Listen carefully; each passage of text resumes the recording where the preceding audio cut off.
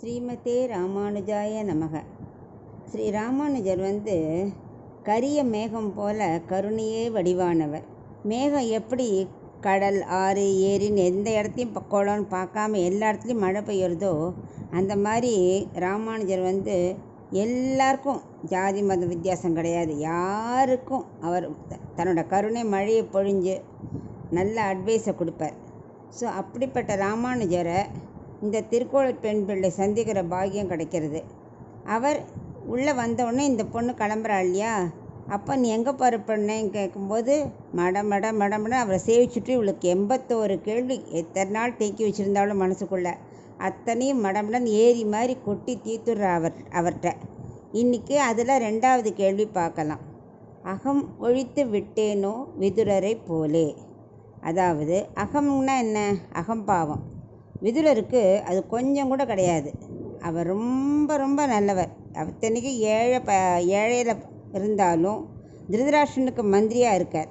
ஆனால் கூட அத்தனை சுகத்தையும் அவர் அனுபவித்ததே கிடையாது. அவருக்கு அது இன்ட்ரெஸ்டே கிடையாது. அவர் வாழ்ந்தெல்லாம் சாதாரண குட்டியில் தான்.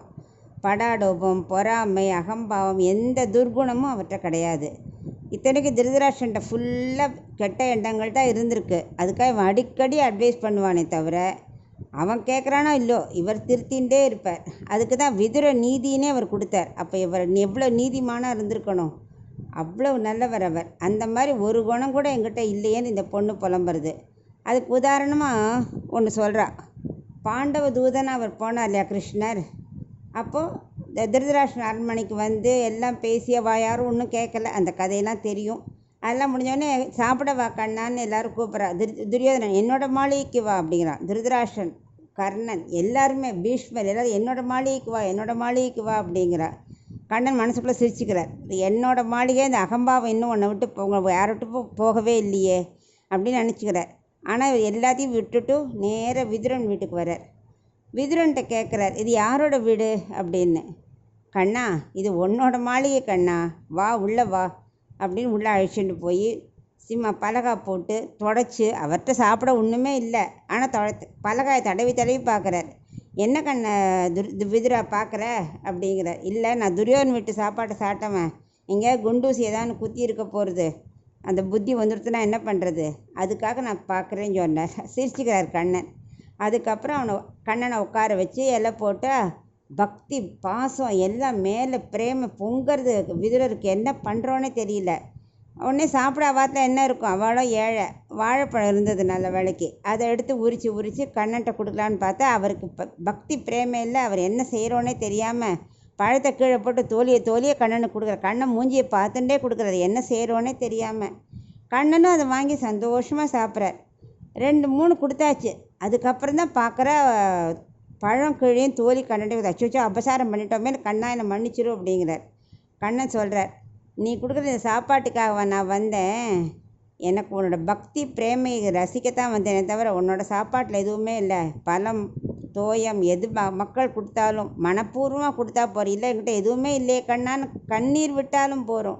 அதைத்தான் நான் விரும்புகிறேனே தவிர படாடோபமான சாப்பாடை இல்லை அப்படிங்கிறார். அந்த பக்தி பிரேமை கூட எங்கிட்ட இல்லையேன்னு அந்த பொண்ணு புலம்புறது. நாங்கிற அகம்பாவம் இல்லாமல் அந்த உன்னோட மாளிகை கண்ணா, அது நீ கொடுத்தது தானே அப்படின்னு அவர் சொல்கிறார் இல்லையா. ஸோ அந்த அகம்பாவம் இல்லாதது, பொறாமை இல்லை, பக்தி பிரேமை எல்லாத்தையும் நினச்சி அது ஒன்றுமே எங்கிட்ட இல்லையேன்னு அந்த பொண்ணு அவர்கிட்ட சொல்கிறார். 2வது, அவர் ரொம்ப ஞானி விதுரர். கடைசி காலத்தில் கிருஷ்ணர் ஸ்ரீவைகுண்டம் போகணும். அப்போ உத்தவர்கிட்ட சொல்கிறார், நான் இப்போ கிளம்பி போகிறேன், நீ பத்ரியில் போய் ப்ரேயர் பண்ண ஆரம்பி. நான் எல்லார்த்தையும் அந்த பாகவத புக்கு கூட நான் புகுந்துருவேன். மக்கள்லாம் அந்த கலியில் பாகவத்தை படிக்க சொல்லு. கடைசி நிமிஷத்தில் நினைவு வருது அவருக்கு விதுரர் பார்த்துக்கோங்க. இப்போ எவ்வளோ பக்தி அவர்கிட்ட விதுரருக்கு இருந்திருக்கணும். விதுரரை பார்த்து அவன் க்ஷேத்ராடம் போயிருக்கான். எல்லா தீர்த்த யாத்திரை முடிச்சுட்டு வரைச்சே விதுரர்கிட்ட சொல்லு, மைத்ரேயன்ட்ட போய் நல்ல தத்துவ ஞானத்தை கற்றுக்க சொல்லு அப்படின்னு சொல்லிட்டு அவர் கிளம்பி போய்டுறார். அதே மாதிரி விதுரன் திரும்ப வரான். வரைச்சே உத்தவரை பார்த்தா அவருக்கு கிருஷ்ணரை பார்க்குற மாதிரியே இருக்குது. ஏன்னா அவர் அவ்வளோ கிருஷ்ண பக்தி உத்தவரும். அவர் உடுத்து கலைந்த பீதக வாடை அதை மாதிரி அவரோடையே இருந்தவர் உத்தவர். ஸோ அவர் பக்கிட்டக்கு வந்தப்பறம் உத்தவர்னு தெரிஞ்சு நமஸ்காரம் பண்ணிட்டோடனே கண்ணன் எப்படி இருக்கார் கேட்குறார். கண்ணன் இது மாதிரி சொன்னார், உன்னை தத்துவ ஞானம் கற்றுக்கிறதுக்காக மைத்ரேயன்ட்ட போக சொன்னாங்க. முதல்ல கொஞ்சம் வருத்தப்பட்டாலும் பட் மைத்ரேயனை சந்தித்து தத்துவ ஞானம் கற்றுக்க ஒரு சந்தர்ப்பம் கிடச்சிதே அப்படின்னு அவருக்கு ரொம்ப சந்தோஷமாக அதையும் கற்றுண்டு நாட்டுக்கு வந்து திருதராஷ்டிரனை திருத்துறாரு. இன்னும் இங்கே உட்காந்து சாட்டின்னு உட்காந்துட்டுருக்கே, வெக்கமே இல்லையா அவனுக்கு? கடைசி காலத்தை பெருமாளை சேவிச்சுட்டு நல்ல வழி போகணுன்னே அவனுக்கு தோணலையான்னு திட்டி அவரையும் திருத்துறார். விடலை, கெட்டவனாக இருந்தாலும் தன்னால் முடிஞ்ச வரைக்கும் திருத்தணுங்கிற அந்த நல்ல எண்ணம் அவனையும் காந்தாரியும் கூட்டுண்டு காட்டுக்கு வானப்பிரஸ்தம் போய் நல்ல ப்ரேயர் பண்ண வச்சு எல்லோரும், அப்புறம் அக்னி வந்து எல்லோரும் மேலே போனது எல்லாருக்கும் தெரியும்.